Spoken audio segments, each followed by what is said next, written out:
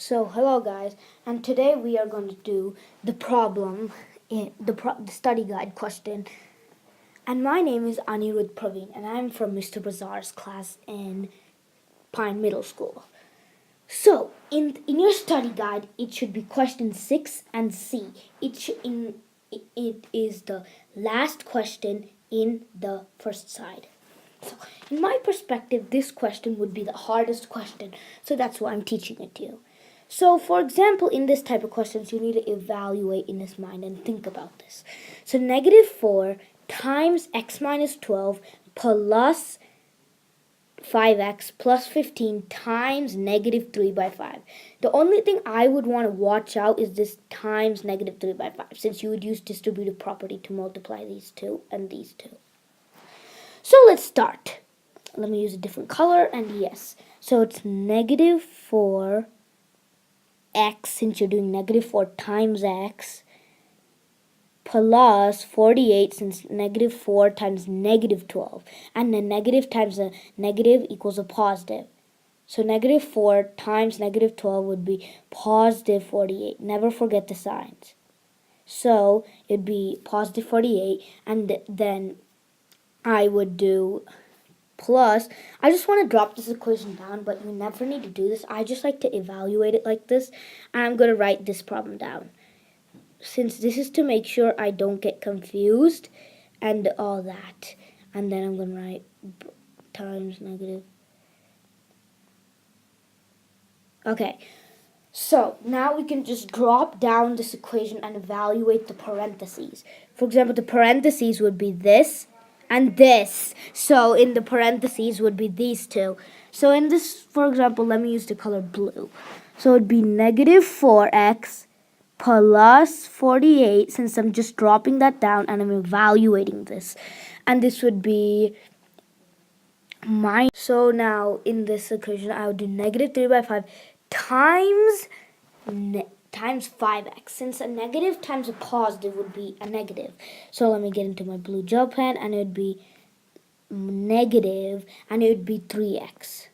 Since you are multiplying these two and you get a lower value, because negative 3 by 5 times 5x by 1 would be negative 3x. So then we would go on to our next one. Negative 3 by 5 times 15.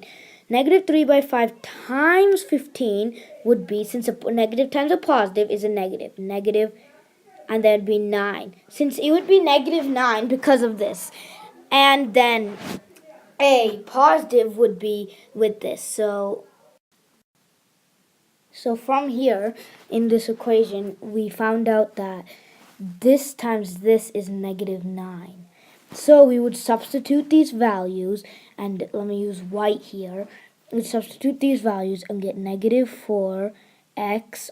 Don't ever forget to put the negative and the variable, or you'll get a low mark on your test. Negative 4x minus 3x, or negative 3x, plus 48 minus 9.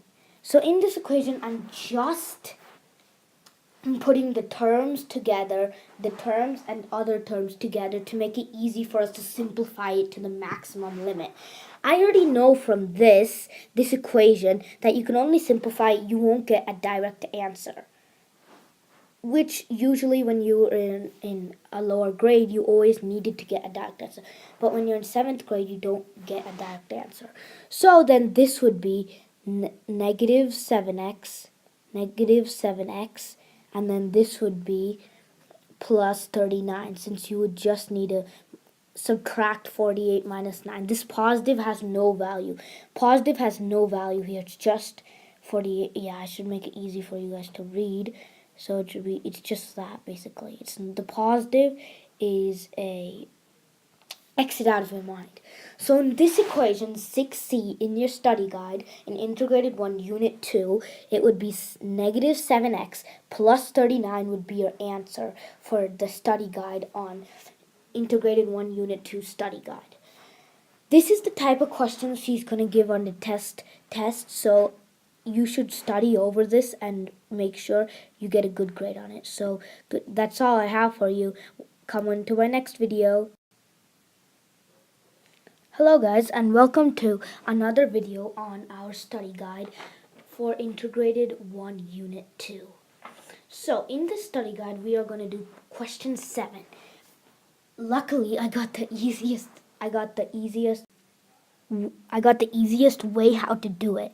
So in this equation we would just either put the terms together. So I would just do, it would be 6x squared, since you would be doing 2x times 3x, which is no negatives or there is positives. So it would be 6x squared. I'm saying it's squared because x times x is x squared. So it would be 6x squared minus 10x. It would be 10x for sure, because 2x times negative 5x would be negative 10x, because you're multiplying a variable. If you're multiplying anything and using distributive property and you have a variable, it will be that variable. So it's 6x squared minus 10x, and then we know that the next one is minus 4x because I'm not now out of this problem. And imagine that this is like a -1. That's how I like to imagine it, so it gets me the problems done faster and more efficiently and correctly.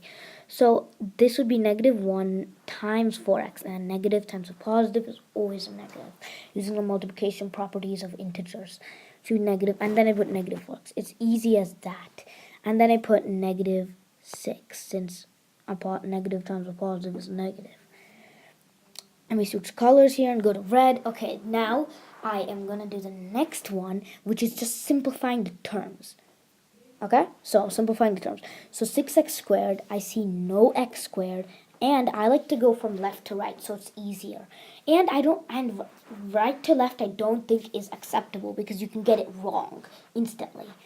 So it would be 6x squared, and to make sure before I write anything, I make sure, is there any more x squared or 6x squared or any number x squared?